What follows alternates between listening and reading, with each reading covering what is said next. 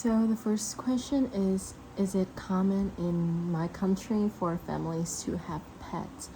Well, in Vietnam, it's really popular for families to have pets, even in the city or in the countryside, or in town or something like that. People like each family usually have a pet like dog or cat. In the countryside, they will mostly have dog as a pet um, to like protect their house and or maybe just to have a friend in life. And in the city, people like the younger generation in the city usually take dog or cat as a pet because they want to have a friend. They want to have a cute little friends as their roommate. So they have pets, and yeah, I think it's pretty common in Vietnam to have a pet. Did you have a pet when you were a child? Well, when I was a child, I used to have like 3 dogs as a pet. But unfortunately, 2 of them has died. I think it's because at that age I didn't know how to take care of it yet, and I maybe I did something wrong that affected them, and they're gone. But luckily, there's one pet that he's still alive, and he was my childhood best friend. His name is Lou. Like my grandparents, my grandparents have it when I was just 2 years old, and I lived with Lou for like 4 years when I go to primary school. I remember I have a lot of memory with them, but like when I was 6 years old, Lou has left the house and never come back. So yeah. Describe the types of things you have in your house. Well, I have a pretty small. I have a pretty big house. Like my dad house is pretty big, and the kind of furniture that occupied most of the place in my house is pretty have like a old European style, like old money style, but in a royal way. My parents love to decor like that, and they find it really fascinating and really glossy.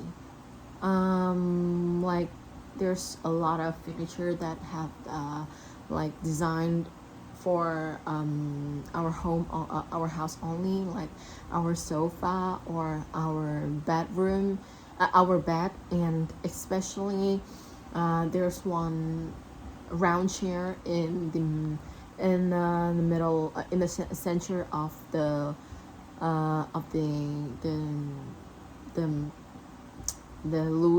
lounge in the third floor that is really beautiful, and yeah, it was a special design for my house only.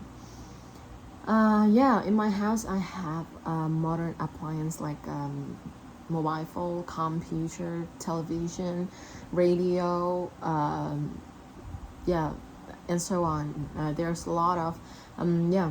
My family use a lot of modern and technology tools like that.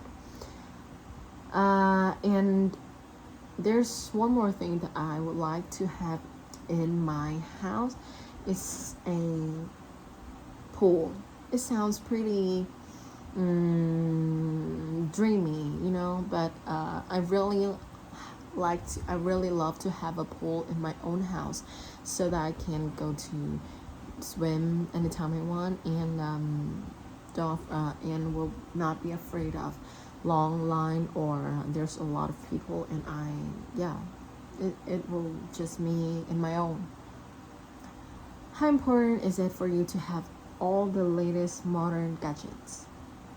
Well, I don't think this is too important for me because I still using old the like the old modern iPad and old version iPad, and I think it's really not important for me to have the latest modern gadgets like phone or computer or iPad like that, because in my opinion those are just tools, and as long as it could help me to do my things, I will not care what kind and what version, what level it is.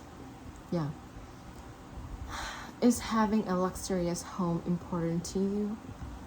Well, for me, my dream home would be the place that I feel comfortable living in, and I would like it to be fabulous. Yeah, because as long as fabulous my house be, as happy as I be, you know, like not too luxury, too not like too luxurious home. It just need to be pretty and my style, and yeah, it looks like fascinating, and it do not to be like LV pillow or Hermes rug or something like that. I just need it to be beautiful. Maybe I will buy furniture on Shopee, but I don't priority the luxurious. If you have extra money, do you prefer to spend it on a physical thing or on an experience? Well, this is a pretty tough question. Um, well, in my opinion, I think I would, if I have a lot of money, I would spend it on an experience, probably because experience is like the things that you could bring it your whole life. After you experience something, even if it's good or bad, it will still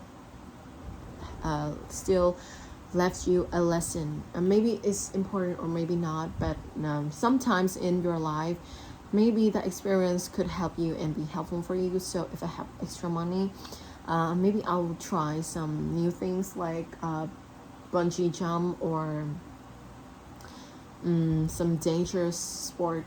I think because I found that's really interesting and I want to try it at least one time in my life. So if I have extra money, I would like to spend it on experience because I like to take risks and like to try dangerous things and new things. How have mobile phone affected the way we communicate on everyday basis? Well, this question is really, really common for me. I met this situation almost every day. I can feel the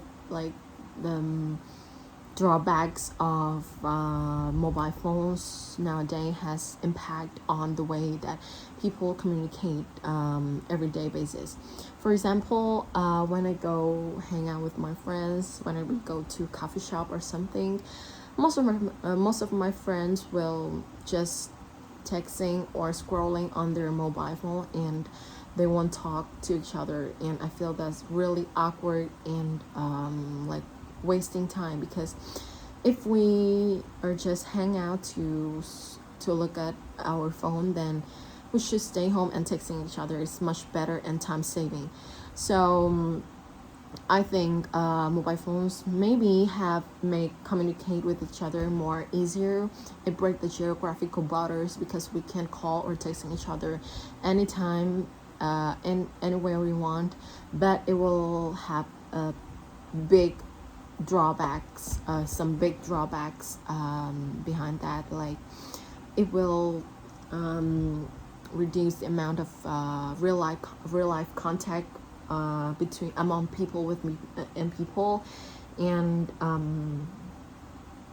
yeah, it will feel really distant from each other if we're just texting on phone and just using our phone and not talk to each other. It's really a bad thing to have. So yeah.